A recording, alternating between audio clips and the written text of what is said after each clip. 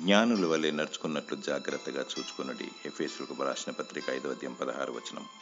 అద్వితీయ జ్ఞానవంతుడైన దేవునికి నిరంతరము మహిమ కలుగునుగాక. జ్ఞానము, బుద్ధి, వివేచన, తెలివి దేవుని వలననే కలిగినవి. దేవుడు జ్ఞానానికి సృష్టికర్త. దేవుడు లేడని బుద్ధిహీనుడు తన హృదయంలో అనుకొనును. మీ మట్టుకు మీరు పూర్ణ జాగ్రత్త గలవారై మీ విశ్వాసం నందు సద్గుణమును, సద్గుణమునందు జ్ఞానమును, జ్ఞానమునందు ఆశా నిగ్రహమును, ఆశా నిగ్రహమునందు సహనమును, సహనమునందు భక్తిని, భక్తి యందు సహోదర ప్రేమను, సహోదర ప్రేమ యందు దయను అమర్చుకొనుడి.